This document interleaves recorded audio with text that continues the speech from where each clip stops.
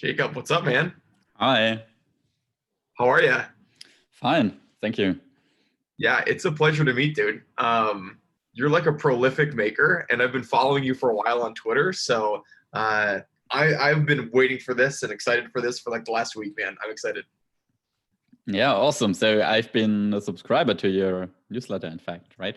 And I think even to Product Byte when you were still writing it, and also brainstorms long before you reached out to me. So Oh, nice. That's yeah. dope. I love when these sort of serendipitous moments happen. Um, but yeah, man, I've got questions for you, but I don't want to monopolize this time. I think you're fascinating, and I want to learn from you. So I'm just happy to have this conversation. Yeah, awesome. So feel free to ask anything, but of course, I'm also super curious because you seem to be really good at two things. One is like um, finding product ideas, of course, because you have a product ideas newsletter, but also growing newsletters, right? So because you built you grew Product Byte super quickly and then sold it, and shortly afterward you started brainstorms.io, right? Yeah. Um, and you told me that you grew it to 3,000 subscribers in 8 weeks, which is insane. Yeah, Which no, it was pretty good growth, and I'm happy to share some of the tactics there and how all that worked. But yeah, I think let me just refresh, and I'll give you the actual number right now. We're at 3,359, and the official start date. Let me go back to my first campaign. Um, First campaign was sent November 5th. And today is January 6th. So November, December, yeah, like 2 months roughly, maybe 9 weeks. And we're at about 3,300 and a half, we'll call it. So yeah, it's been an exciting sort of trajectory to be on. But the reason why I started another newsletter after Product Byte, and I don't want to jump ahead, is just because um, I figured out sort of a formula that works really well for growing, and it seemed like low hanging fruit. I'm like, I don't want to just sort of ditch this thing I learned and go do something else because I think there's more juice to be sort of had out of this method. So that was sort of the impetus there. yeah, but you're not directly competing, right, with the newsletter you sold. So the Right, focus is exactly. a different one. Yeah. Totally. Yeah. And I always struggle to pronounce his name, so he listens to this. I'm like, my bad, dude. It's like Menjum. Uh, Menachem. Yeah. Yeah, Menachem. yeah. It's Yeah. so hard. He told me like three times on the call, and I'm still butchering it. I'm just like, dude, I should just think a nickname for you. Like, just like this is it. But he's a great dude, and sort of like when I sold it to him, I alluded to like I'm not going to be working on something that's like it's going to be a newsletter, but I'm not just going to sell this thing to you and then compete with you because like that's shitty. Yeah. Nobody wants that. So I don't know that we had like an agreement per se, but it was sort of like a handshake deal. It's like that's not my plan at all. So yeah, and I'm excited for him, man. He's growing really quickly too, and we sort of share updates back and forth, and we become friends. Yeah, that's really awesome. And he told me that in his opinion, and you listened to the episode, right? He paid a Yeah, little bit premium, right? A little bit too much for the for the newsletter. So is that also what you would be saying? That, or was the price fair? yeah. I felt like the price is fair for where it's at. I mean, when you think about it, and like I had talked to some people, in the space about it, and it was super early on, so that was sort of like where the notion that maybe it was a little bit high. But on the other end, like he was paying for three things, right? It wasn't just like, oh, here's a newsletter list. He was also getting like that plus a fully branded website. And I don't know where his skills lie, but for a lot of people, it's like I could probably make something on like Card or Landon or whatever and like get something up and going. But I really, the designer who built it, Wes, he's also my co-founder in that project. So it wasn't just me working on Product Byte, for the record. There's two of us. He's a sick designer, and he made a really nice website. So I think there's a lot of value there. And then probably the biggest thing though is he got the process right. So like I taught him all the ways that we are sort of like hunting down these e-commerce products, how you find a good product, and then also what it takes to grow this thing, right? Like the strategies that we were using to get to where we were at, right? So it was kind of like a business in a box in a sense. But when a lot of people hear like he bought your newsletter, I think their initial reaction is like, he paid what for, I don't know what the list was at, like 350 people and, a few paying subscribers. That seems a little high, but I think there's other things that get wrapped into it that make it totally like worthwhile. And the amount of time we spent sort of going back and forth afterwards, I hope he sees value in that. That it's not just like, see you, dude, you bought the thing, I'm out. Yeah, I think he would absolutely agree. So he's definitely not regretting the purchase, especially given that they have this other project and can use Product Buy It not just as a paid newsletter, but also as a lead funnel for Yeah, that made a Get lot of Ahead. sense. I really liked his thinking on like those two things dovetailed together really, really nicely. So that was cool. Agreed, yeah. Yeah. So, of course, I'm really curious if you're willing to share anything on the process side that you just described. And of course, there are two things. The one is growth, the other is ideation, right? So coming up with great product ideas, but and growth ideas. So for sure. Let me sort of break it up into the two things so I don't get my wires crossed.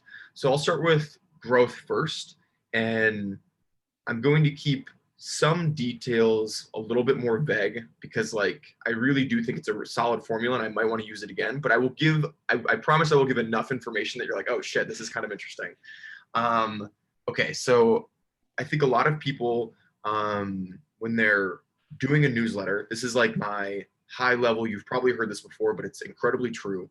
When you're creating content, most times it's actually pretty good. Like if somebody has the gumption to go out and like try building a newsletter, they're probably producing content that's good enough. Where I see more people fail is like distribution. They don't do a very good job of promoting their stuff and finding a channel that actually works to get subscribers. I luckily had heard that enough times going into this newsletter game that I made sure that like, if I'm going to build a newsletter, distribution's actually going to matter more to me than content. I jokingly say like, I really don't like writing. And I actually don't think I'm a very good writer. It's not my strength. It's just something that I do. And I'm like good enough. So I hit the threshold where it's like, this is readable and it's interesting, like cool. My more of my focus is on like distribution, right? That's number one, is like be like conscious of where you're going to put your stuff out. The other thing is, and this will maybe be like the last high level thing, is like when you're thinking about like what to write, I do believe the reason why like Product Bite and Brainstorms work so well is because our value prop is like sort of two different things. Like one, if you boil it down, it's like we're going to help you sort of make money online. It's a super easy value proposition for someone to be like, oh shit, I should probably keep reading this, because it becomes less about entertainment and more about like this is an investment, right? So that's one big thing. And sort of the next thing there is we're solving a problem. And, those two things are really similar, but it's hard to find good startup ideas, or it's hard to find really good products that have like research backed sort of pieces to them related to like e-commerce. So that's another thing that I think is super important, that if the information that you're giving out is hard to find or like not easily curated, that's a huge win as well. So if I start another newsletter, I think it's probably going to be like, those are going to be my value propositions that I try to position around. So that's sort of setting the stage foundationally. Now, let's assume you've got something that falls into one of those two categories and you're like, cool, I'm going to run with it. There's a lot of different ways that you can go about like promoting your newsletter. And I think different channels work better for different people, right? The place where I've seen the most success thus far is actually on Reddit. Now, I think Benjamin is like, I mentioned that he's like, this isn't good for me. Didn't really work super well for him, and that's fair. It might not, but you kind of just got to keep like swinging with Reddit, and eventually things will stick. So, for instance, like why I think Reddit works super well is I don't know exactly how their algorithm works, but I know how it works from my like anecdotal experience. So if you can get a post on Reddit on like a specific subreddit, like trending, which I think it only takes like 10 upvotes or something. Like it's not a lot. People who are subscribed to that subreddit and frequent it will actually get a notification on their phone that like, hey, this post is like trending, it's interesting, you should see it. So Reddit's feeding this content to their users, even if they're not organically seeing it. I don't know if that like will stay, but it makes sense for Reddit, right? It's going to probably boost their engagement, but it's super good for content creators because this is an easy layup to get in front of a lot of people, even if they're not perusing the subreddit in that moment. So that's the big one. The challenge with Reddit though is it's very anti-advertisement. Like, I don't know if you've spent time on Reddit, but like what I say, it's like the best and worst place on the internet, right? Like you can find some really, really cool people, but there's so many assholes on there and they're so anti like people peddling their stuff that you can easily just get like burnt at the stake if you're not careful. I mean, that's for sure happened to me before, like more than once. Like people just crucified me because they're like, dude, you're out here like hawking your stuff, like don't put your link to your thing. And we could have a whole debate on why, like, you know, I think that's childish behavior, but it's just the nature of it, right? So if you go into Reddit, know that you've got to have thick skin, and that if you're going to try to even link out to your thing, regardless of if you post value or not, you might get sort of like called out. So I'm going to pause there. I've got a few more things, but I don't want to ramble too much. Yeah. Does all that make sense? Yes, super interesting. So what you described is exactly what Menachem mentioned, that like all his posts get flagged as spam and self-promotion and people are hating it. And I've never tried Reddit as a channel so far because I prefer to stay in my nice bubble. So I try to stay away from Hacker News and Reddit because these places are not very nice. So compared to like Product Hunt and Twitter, at least you can create your own little bubbles there, and it's all beautiful. But 100%. Like, so that maybe is one other thing to add to like my story. Just for context, I have no following on any platform at all. So like if I did have some sort of a Twitter following, and I'm like trying to work on that right now, but I'm just, my Twitter game sucks. It's like I am bad at tweeting. I need to do better at that. But if I had some sort of following on like Twitter, or if I was more avid creator on like Product Hunt, that would be my go-to. So if you have that, like 100% leverage it. For me, I didn't. And this felt like the lowest hanging fruit, Reddit, is what I'm talking about, to sort of create stuff that people would see, regardless of who I was as a person, or if I had any sort of clout or influence on the platform yet. So I think that's what's great about Reddit, is that you can literally create a profile tomorrow or an account tomorrow, and then by like that afternoon, your tweet could be on the front page, right? That might be true of, or your post could be on the front page. That might be true of Twitter, but I don't know enough about how Twitter works, and my gut reaction is that like it doesn't work that way. No, it doesn't work that way. If you don't have followers, you ain't gonna get much traction. Right.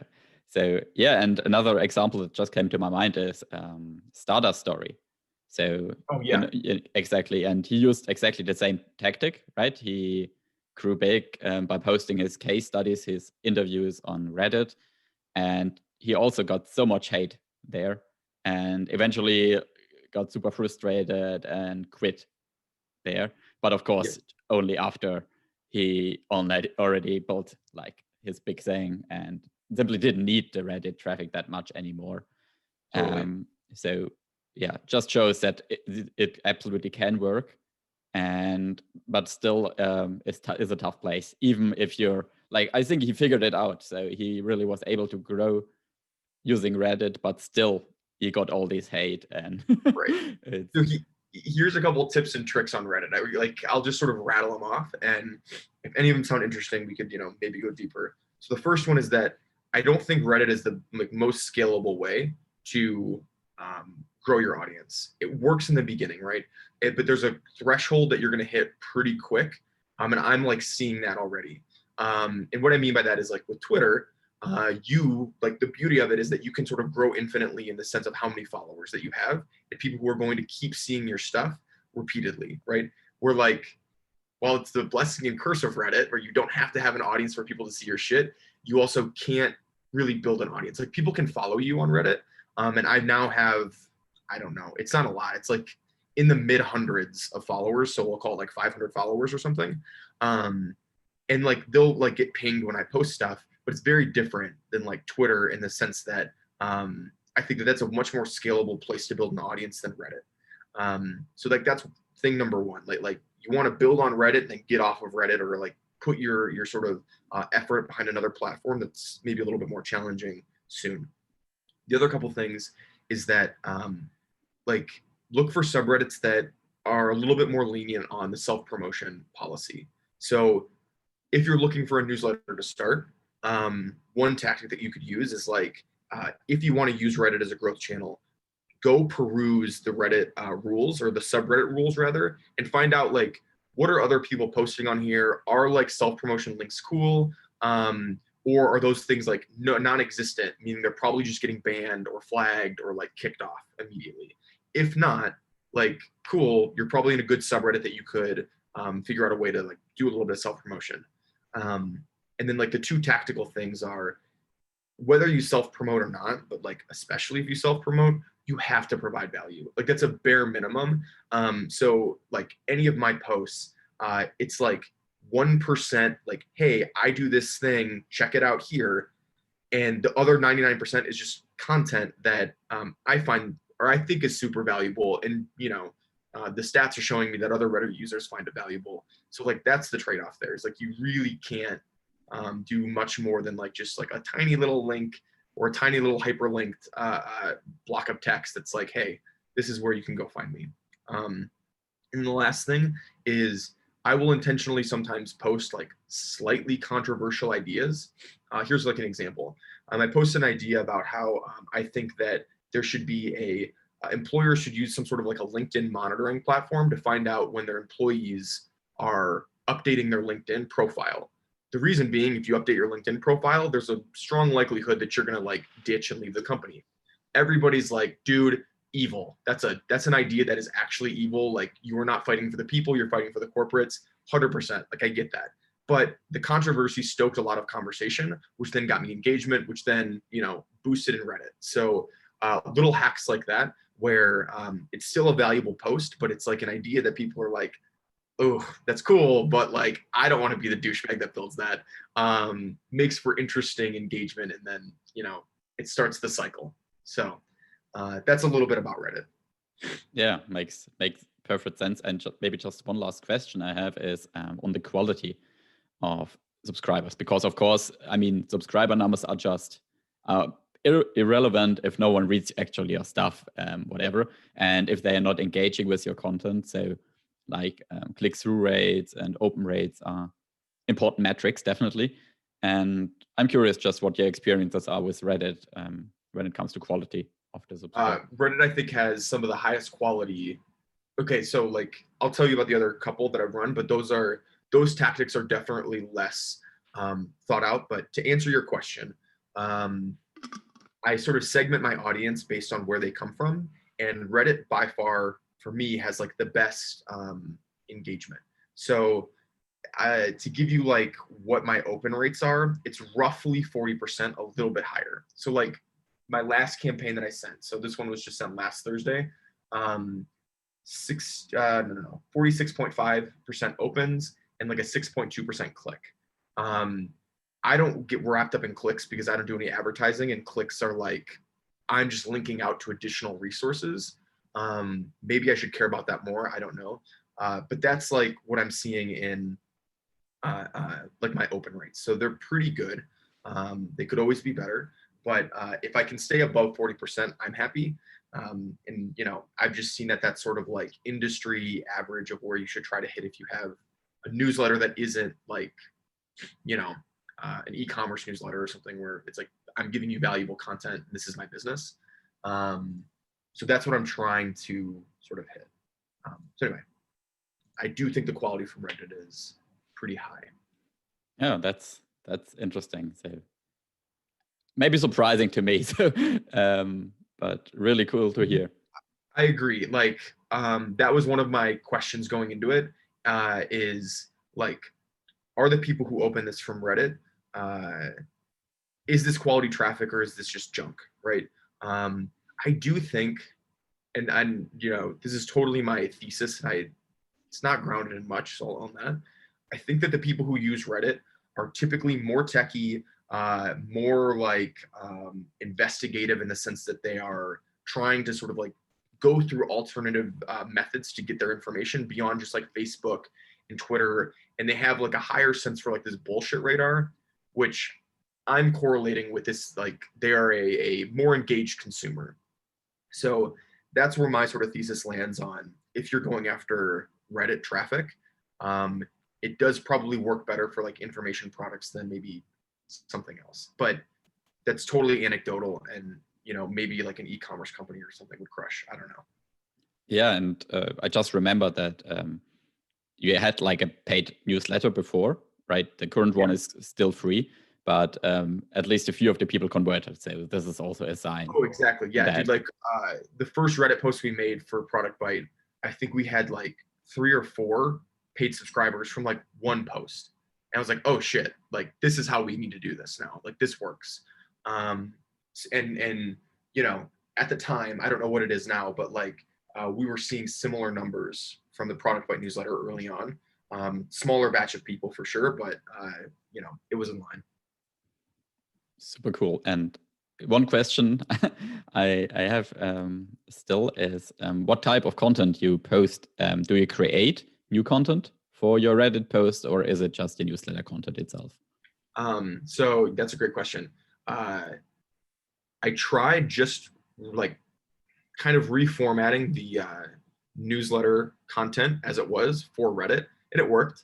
I had a number that were like sort of upvoted and like got me a ton of traction. And then I started trying, and like this is something I'm currently debating on what to do with. But rather than posting the exact same content that I posted in my newsletter, I started doing more like soundbite-esque ideas, but more of them. So, right, I'll list like 3 ideas that aren't deeply researched, which kind of goes against my newsletter's like, you know, ethos, but whatever. So I'll send out like 3 like half-baked ideas that are, it's easier to consume, it's a shorter read, and it's actually easier for me to create because I don't need to go and do all the research and find out like, is this actually a good idea? It just needs to sound good, right? So, and it does better than my other content on Reddit. And now the question is like, should I just do that for my newsletter? Like, is this traction that I'm getting on Reddit indicative of what would happen if I just did it in my newsletter? Like, would people be more into it? And if I'm being honest, like, I'm just afraid to try it, which is, you know, I think a silly excuse. But I need to do that. Like, I need to actually do some testing on, hey, if like my audience wants these like 3 short form ideas that, you know, might be good, but, you know, also might have their like glaring holes. Let's just see what happens. So TBD on that one. Awesome. Yeah. So I think of course, both approaches make sense, because one complaint that many people have when it comes to these product ideas, newsletters, is that you need a lot of them to find one idea that's actually a good fit for you, right? So if there's just one idea that's explained in super detailed, then, well, chances are not that high that there's something in there for you. But if you're including more ideas and discuss them shorter, then chances are higher. But also, like, I just noticed from the trends, what they shared, like the feedback they get on their trends.co. Yeah. These are the 2 criticisms, right? Not enough ideas, and they don't go deep enough. So it's both. Right. They're like two groups of people. Yeah. What I've seen in that, because I'm also part of, I guess, yeah, I'm also part of Trends, which super high quality group, not affiliated, but shout out to them, they're great. The like publicly, Sam has mentioned that what people want are like shorter emails. Like they're like, fuck, these emails are so long, like I can't read them. And I used to love the emails, and like by used to, I mean like as of like 3 months ago, and I just hit a wall and fell off. Like my content consumption has like went down quite a bit ever since I've been having to create all this content. And I don't read the emails anymore because they're just so long. I'm like, dude, this is gonna take me like 20 minutes to get through. Like I'm not a quick reader, so it's a real handicap for me. So I don't know. There might be something to that. Yeah, and I mean there is certainly a market for anything, it seems, because there are so many of these newsletters popping up everywhere, Oh, and for sure. and some are making a killing, and even the bad ones are earning good money. So it's really crazy. Yeah. Yeah. This is a hot market, and like I am definitely not the first. Um, it's just an opportunity that I sort of pounced on. But yeah, like you got Kevin from, which is ironic because we have such similar names, from Software Ideas. He's crushing it. He took the route of sort of building in public, which I think there's a ton of good that comes with that. And it's definitely served him very well. But, you know, you got to take the bad with it. If you're going to build in public and like openly share all of your numbers and how it's going, like you're just sort of revealing like, oh, this is a really good opportunity. And I don't want to say you're asking for people to come in and compete with you, but like that's the criticism of building in public. So I think he's seen both sides of it at this point. And I think he even publicly tweets when people like are copying him and things like that. And sometimes it gets out of hand, right? Like, dude, you can't just literally like take his content and post it word for word. That's shitty. And I know people have done that before, and he's sort of like got up in arms, rightfully so. But he's a super nice guy. I've had like a very, very small interaction with him via email. I like his newsletter. I think it's super solid. And he seems like a super nice guy.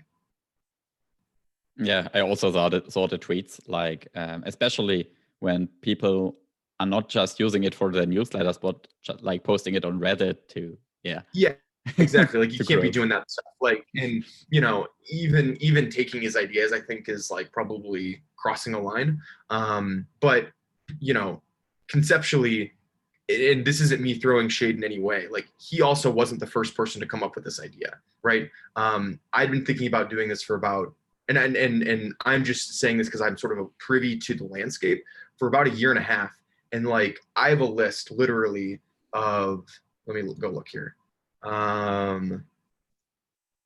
roughly 30 different newsletters. I'm not kidding. It's like somewhere between probably 25 and 30 different newsletters that's value proposition is we're going to send you good ideas, good startup ideas, right? So like this is not a novel idea. And the one that got big before he even started doing it was a company called Houston.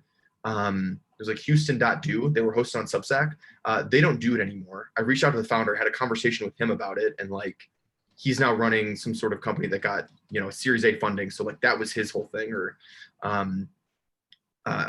he's pivoted over to that. But like point being, none of these ideas are all that novel, like around like, we're going to give you startup ideas. I think he's taking a very interesting approach to it. And, you know, I like his content.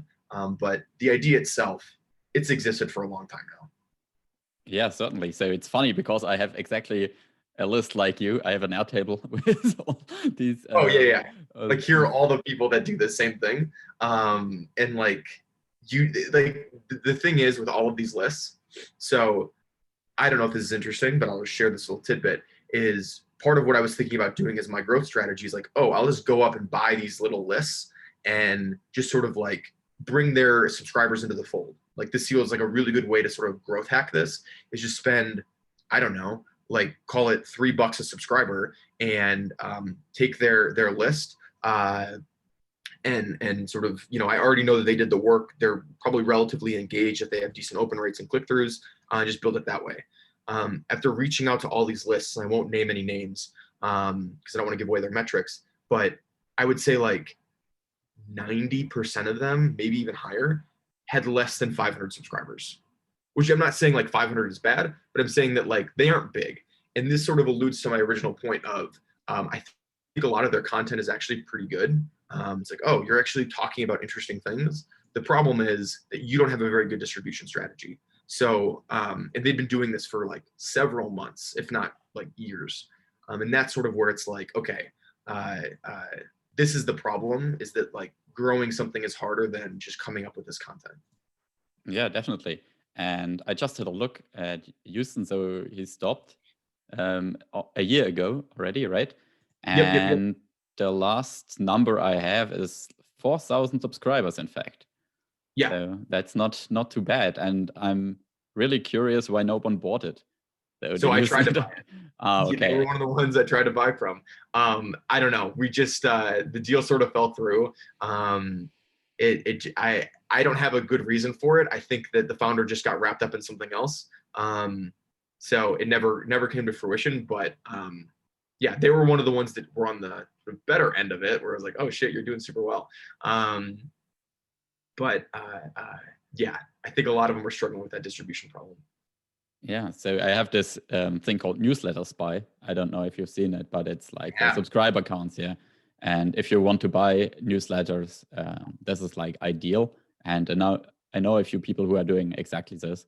So looking for newsletters with some subscribers who haven't posted in a while, and then making offers to the owner, because yeah, it's win-win for everyone. Yeah, Right? super smart. I have not had much luck with it. So like, as somebody who's went down that and probably had half a dozen conversations, like actual conversations about purchasing a newsletter, none of them have come to fruition in the way I'd hoped. But I'm still bullish on that idea. Like, I do think it's a great hack to just getting something and starting something, if you can get it for the right price.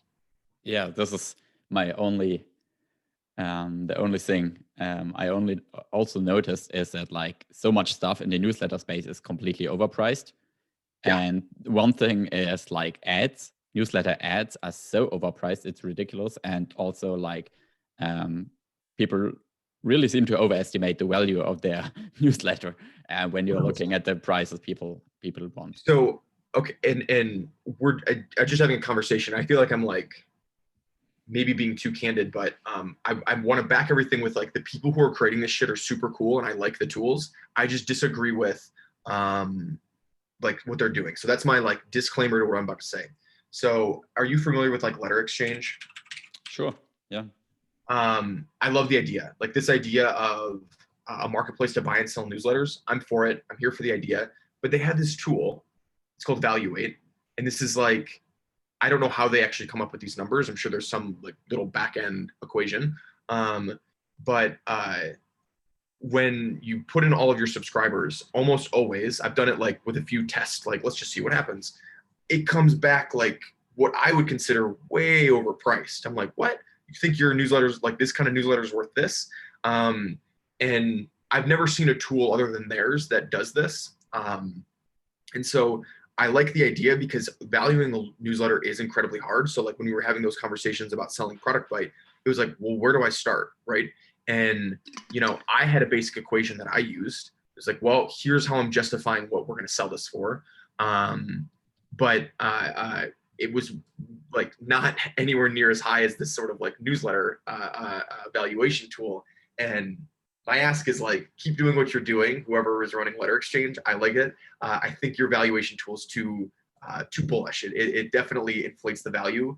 And that would be my ask is like, bring it down a little bit. But maybe they know something I don't. So yeah. Yeah, definitely. So, do you know Stefan from Alternative Assets? I don't. Yeah, he wrote a super long post on the world of newsletter acquisitions, and yeah, he discusses. So he has some really cool thoughts on how to value, how to put a number on a newsletter. Where can I find this? I'll just like bookmark I will it. send it to you in the chat. It's alternativeassets.club, and then the world of newsletter acquisitions. So he was also on Substack and moved away. I just put it in the chat.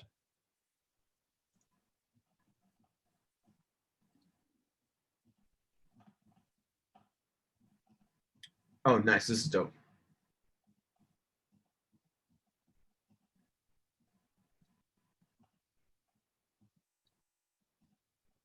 Cool. Okay. Yeah, I'll definitely have to read this. Nice. Learning something new every day. Cool. Man, so actually, not to get off topic, but Jacob, I was actually introduced to you because I purchased Product Explorer. I think that's a dope tool. And I didn't know you prior to that. I purchased it, and then I'm sure, like most people, they heard that get shouted out on the My First Million podcast, and I was like, dude, that name sounds super familiar. And then he was like, oh, he did this like I don't know if it was Product Explorer or Gumspy or whatever he shouted out. I'm like, Gumspy, oh, yeah. I bought a thing from this guy. So I think that's super cool. And my question for you, if you don't mind, is like, what was your motivation for just becoming such a prolific creator? Like, you've made more stuff than probably most people have in the last 5 years. And I don't know, has it been like a year, less than that? Less than that, yeah, 6 months. Yeah, like, I don't know. I'm just curious. Like, I think it's worked incredibly well for you, but I want to know more about like the strategy, like why you did it, and also, is it working? Are you fulfilling everything that you wanted to by sort of taking this path? Yeah, so the idea started with the whole bootstrap MBA idea, right? So I decided to design a little learning experiment for me, and give me 12 months time to decide whether entrepreneurship is a good fit for me. And part of it is that I will launch a new product each month. So inspired by this 12 products in 12 months challenge that a lot of people have tried. And so this explains possibly the shipping speed, right? I committed to launch something new each month. And luckily, I only did like pure fun projects in the beginning and really quickly moved on to paid products, which is, yeah, the best thing you can do really if you're just starting out, I think, because it's so easy to get lost in these fun little side projects that are never going anywhere. And yeah, paid products really Right. help to clarify what has value and what hasn't. Of course, money is not a perfect metric, but it's the best one we have. I And fully so, agree. and As I, somebody who runs a free newsletter, I fully agree. yeah, I recently wrote a long blog post on the whole issue of free stuff, Yeah, I read and that. It was good. yeah, basically reflecting on the whole thing. And this, of course, is something I wanted to ask you. So why are you now doing a free newsletter after having quite some success with your paid one? So yeah, but coming back to your question, so I'm of course super happy with how it went so far, but on the other hand, I'm not happy with like the scope of my projects. For example, Product Explorer is nice, but it could be so much better. And the same with Gumspy and Newsletter Spy and like a few other ideas I had.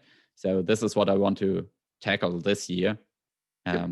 Like, yeah, I did a lot of reflection, and the last few weeks really thought about what I did so far.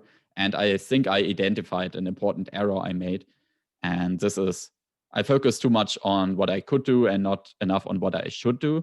And what I mean is that I was like focusing on what kind of data I can get, what kind of little tool I can build, but I was not focused enough on like the use case. So what are people actually using the data for? So, and this Yep. came up in another conversation because I was asked and I had literally no idea why are people buying this. And there are many possible answers, right? So there are many things you can do with the data sets. And the one we just talked about is just one. You can buy newsletters by if you're interested in purchasing a newsletter that is abandoned, right? And so you can get it at a cheap price. And but if you then say, okay, this is the use case, you can build something much better than just a data dump, right? And Yep. and the same is true for like all the possible use cases that motivates people to buy data. And yeah, this is what I want to do and get better at, like focusing on a specific use case and provide more value instead of just like raw stuff. Yeah. I like it, dude. I'm a super fan. As somebody who doesn't code like at all, I am like have such a limited knowledge of it that like I sometimes don't even know what can be done. Um, I think that making these little tools that I imagine you're just using a few like scripts to sort of scrape this thing and then put it somewhere else. That's like magic to me. So I also imagine that there are a number of people that find that incredibly valuable. I mean, I for sure did in the sense that I went out and purchased the Product Explorer once. I'm like, oh, this is genius. Like, this is a great way for me to like find the nuggets or the diamonds in the rough of like product hunt and all these places. So I think it's super cool, man. I genuinely mean this. Like, it is inspiring to watch you build, and it motivates me to just sort of keep like putting shit out there, even if it's uncomfortable. Yeah, so now that I have a customer on the line, Yeah. I'm of course curious. So what motivated you? What was your use case? Okay. So, and I have an idea for you as well. I we can also just riff on ideas. We can go wherever you want with this, but so yeah, I'll answer your question. What motivated me to buy it? I am a huge fan currently, and maybe this like fandom will wane after I'm like, this actually isn't a good way to do things. Of this idea that going on and purchasing dead products, I think is a good sort of like sort of thesis to build a business on. Like, oh, just go like swoop these things up that get really good traction. To find those companies is really hard. Like, I wouldn't know how to do it because, you know, I'm like, I'm not going to just search through the pages on Product Hunt, clicking on every link that I think is interesting. So you provided a solution to that, right? It's like, you can just get this database. I'll tell you it's dead or alive, and I'll give you other sort of metrics that you can use to quickly sort of see, is this an opportunity you want to pursue or not? So that was the use case for me. It was all about like the dead products and which ones I could possibly go like swoop up and buy. Now here's my idea for you. The problem that I had with that is I have this database now. I don't know how many, was it like 40,000? It was something that was like too hard for me to actually sift through. And I found myself being like, shit, I now have the data, but I need somebody to synthesize the data. So you could probably go a number of ways with this, but like one idea that I've like had is you should just like write a newsletter that's like 3 of my best dead product hunt finds a week that I think that you should go try to acquire. And you've got the data already, and just sort of like pushing that out is like, oh, this is an easy win. It's a layup for you to sort of get this. Or I don't know, create another product that has like Jacob's 10 best product hunt finds that are dead, and just sell that as a PDF for, I don't know, $30 or whatever it is. That's what I would do if I were you, to sort of like keep monetizing on that, because I'm somebody who thought that all of the data would be like, this is what I need, and I did, but I actually needed one more step, which was the curation of that data. And I think there's another person who like, I think you've inspired a movement too, by the way, where like I'm seeing more and more people build this shit the same way you did. I don't know if you're like the OG of this, like, I'm going to make a simple landing page with, you know, card or landing or whatever you used, and then input my Airtable link, and like that's my product. Super smart, by the way. Who's the dude that just launched, what is it, validated something? Ideas? Yes, where he's like, oh, I'm gonna show you like Chrome extensions, all the things that just have shitty product reviews. Smart idea. I'm a big fan of that. I like it. I bought it. But same problem, right? Same problem. Yeah. So you have all these people who are curate, or not even curating, just aggregating these big databases. And like, I am a person who wants curation. So if there are more people like me, and that's the question, like, am I an anomaly? Maybe. I think there's a market for like the next step of like, I would be interested to know why other people have purchased your thing. If it's for the same reason, then I have to imagine the problem exists in the same way. So yeah, I absolutely love that you say that, because it's precisely the conclusion I ended up with. So as I said, I wrote down like the use cases, and this acquisition use case is exactly one of them. And then I thought about what could I provide, and this is exactly what I want to do this year. And it's awesome to hear that this is something people are interested in. And like I said, I when I was asked, I for the first time looked into my data, and I'm not tracking anything properly. So the only data I have is like people open rates for different databases. Right. So, but it turned out that the product hunt database is by far the most popular one. So this, I think, supports the hypothesis, because this is, I think, the best thing you can do with this particular database. And yeah, exactly. I would love to go in that direction. And I would pay for it again, man. I'm not kidding. Like, you do that, I'll be your first customer. I think it's super smart. Yeah, I just wrote some new code that will be really will be help me to find these nuggets, because I so far have like only this binary metric, which is live or dead, but there is something in between which is even more valuable, which is abandoned. And yeah, I just wrote some code in that hopefully will allow me to find abandoned projects, right? Not just when the switch is already off. Yeah, I like that. You asked a question too that I just want to circle back to, because like this wasn't just lip service. Like I actually completely agree with you that whenever I work with founders, I'm like, money is the ultimate indicator of like, are you doing the right thing or not? I agree whether that matters to the founder or not, if it's about making money or not.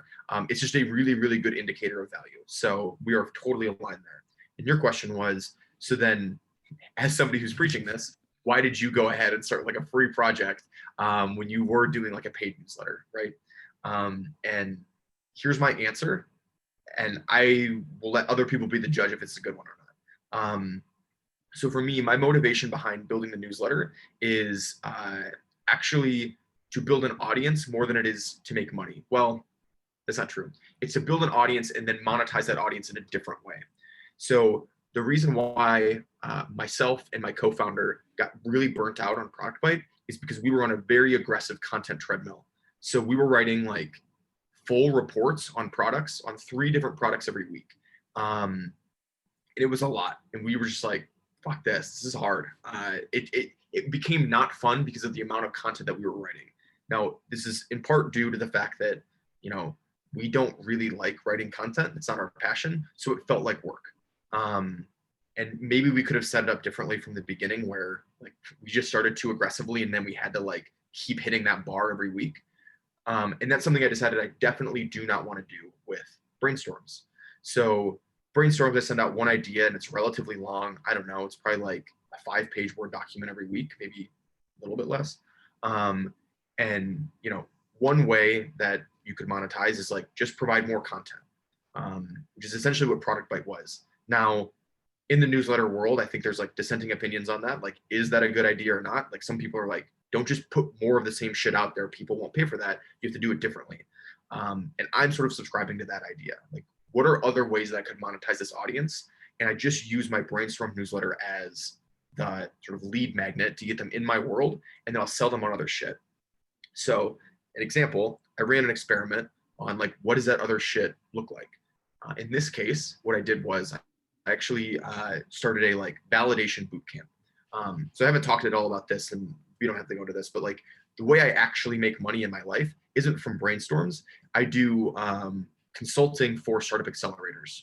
So I've got a pretty long history in the accelerator world prior to all of this, but the gist of it is I act as like an interim managing director for the 3 months of the program. And then after the program's over, I just jump to another one and I get paid to just work with founders. It's a really sweet gig.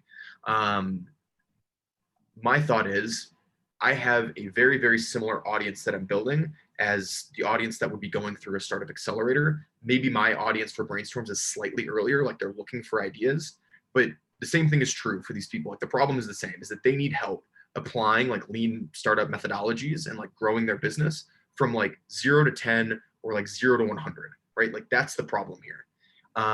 I already have all of the content because I like run workshops. I have this framework that I use when I help founders. I do all of this shit in my day job. It feels like low hanging fruit to just run these one-off boot camps and get money that way from my brainstorms audience. And like one boot camp ticket would pay for, you know, I don't actually know what the math is, but we'll call it like $55 subscriptions, right? And that to me feels like a better avenue for making money than trying to like nickel and dime people on the front end.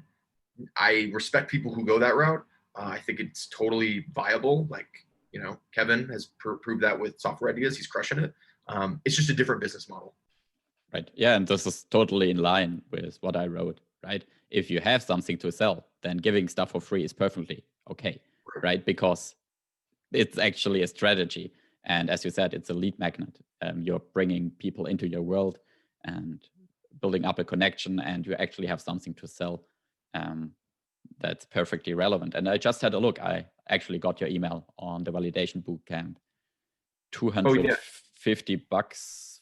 What can I promise? $250 for one. And like, honestly, if we're just talking, I think that I underpriced that pretty hard. So next time around, like I said in my email, but I'm serious. I'm going to increase that price. But yeah, it was $250, right? So For me, it's like getting, and just to share, I have like 10 people in that. So not like a stupid amount of money. But the way I ended up pitching that was I didn't build a website. I didn't have like a link to buy in the email. It was literally a plain text email that was like, hey, I'm doing this thing. Do you guys want this thing? If so, here's how much it costs. And I think more people just need to do that. Like, don't over engineer this shit. If your fans actually are like fans and they're monetizable people, then they're going to respond to authenticity. And like, that's truly what it was. It was like, I don't know if I should even do this boot camp thing. I'm not sure if this is like the right thing for you guys, but here's my sort of like hypothesis on what I think you need. You guys let me know if it's true or not. So that would be my encouragement to anybody that is thinking about building stuff. Like, just put it out there, man. See what happens. Yeah, I love it. And you definitely should charge more because Yeah. as you said, it's again something people can see as an investment. And then you can also look at what other people are charging for these kind of boot camps. And in particular, you only like allow 5 people per batch or something like that. So it's So I broke it up into 2. So there's 5 in each batch, roughly. I mean, people will kind of jump around to whatever time works for them, but that's the idea. Yeah, and though this it then sounds very much like these cohort-based courses that are all the rage right now, and people are charging ridiculous amount of money for it, and people are paying it, right? So yeah. In this case, like, and I don't know that I want to completely eliminate this part of it, but it's not just a course in the sense that I've recorded all the videos. Like, I do have a library of like 60 videos that I've recorded for one-off purposes. So like when I work with an accelerator, rather than saying the same shit 10 times, I'm like, this is actually the distilled version of like the best version of the way I've ever said this. Just watch this thing and then come talk to me. I'm creating some new content for this boot camp that I'm doing live. So I actually am like literally trading time for money, which I hate, but it's so fun though. Like that's the counterpoint. Is I like we kicked everything off yesterday with the cohort, and super smart people are in it. I had a blast giving our first presentation. I felt like it went really, really well. I think they did too. And it'll be hard to sort of remove that human touch from it because, like, I don't know. I think it's super valuable. So maybe the point is though, like, if I have that, I just need to charge more. And I'm sort of grappling with that idea right now. yeah, and I think that's the whole point of these cohort-based courses, that you have these live elements, that it's not just some random videos you can watch whenever you want, but there's actually like this accountability in a small group. You get personalized help, and yeah, I just try to remember what the people are charging, but it's really $1,000 upwards, right? This Perel writing course, Tiago Forte productivity stuff, but also Ali Abdal or whatever it's called, the YouTube course. So people are really willing to charge for these personalized help. And Sure. I also totally agree that this looks like the future of education. This is how it should work. Like, yeah. Dude, I am super bullish on like internet education. Like, you look at like MOOCs and YouTube and all this stuff. Like, my girlfriend, she's in Spain right now getting her master's in like law. So she has doubled down on the school route.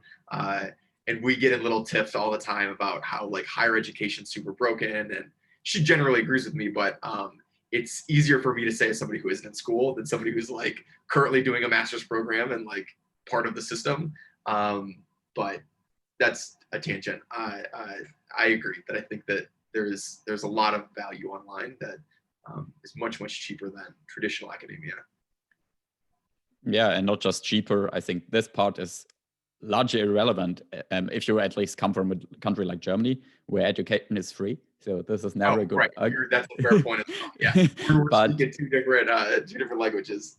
Yeah, but it's also far more effective. And I spend far too much time in the education system, and I'm totally on your side when it comes to how just ineffective it is. And you have like all these people teaching who don't want to teach and who can't teach. It's really ridiculous. And all the people who want to teach are not allowed to teach. It's so crazy. Like only the professors are allowed to give lectures, but they actually don't only want to do research, right? And they all have to write these grants. And there are lots of motivated younger people or maybe older people, and they are not allowed to give lectures. Simple as that. It's such a crazy system. All of that, and then the last thing I'll add, because like we could talk about this for an hour and it would just turn into like me ranting. Like, all right, dude, we get it. But I also think that the accountability or sort of the checks and balances that are that exist for teachers or professors are limited, right? So this happens all the time in my girlfriend's classes. The whole class will just bomb and do super shitty. And what happens? The professor just applies a curve. Oh, now you all passed because like I did a super shit job in teaching this. Nobody passed anything, but like I will apply this arbitrary sort of mechanism to get everybody to a place where it looks like you passed and you learned the thing and you just go on your way, right? And to me, it's like, in what world can you just do a completely below average, if not garbage job, and then still get away with it and just be like, well, it's your fault for not learning it, right? It was like, hold on a minute. Like maybe if there's one or two students that didn't do good, like that argument would fly. But like your job is to teach everybody. And if nobody got taught what they needed to, like the problem isn't with us. And that just happens way too frequently. It's a way too common thing to where I'm like, dude, you're paying so much and you're not learning. Like that's the whole value proposition. Like what's going on?